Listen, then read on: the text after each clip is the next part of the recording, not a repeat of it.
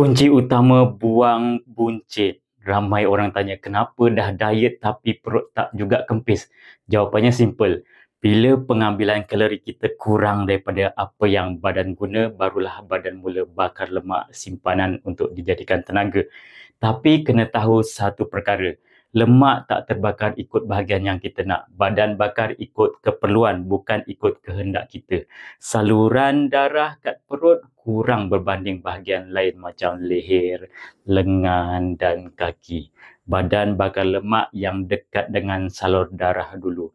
Jadi, walau kau buat sit up beribu kali sehari pun, kalau ambil kalori masih lebih daripada penggunaan kalori, perut tetap ke depan juga. Nak bakar lemak perut, kena sabar, konsisten dan terus kekal dalam kalori defisit. Biar bahagian lain kempis dulu, nanti kempis juga perut tu. Yang penting kuncinya jangan diabaikan. Kurangkan pengambilan kalori. Jemput follow, like, komen dan share. Nanti saya sambung lagi dalam video akan datang.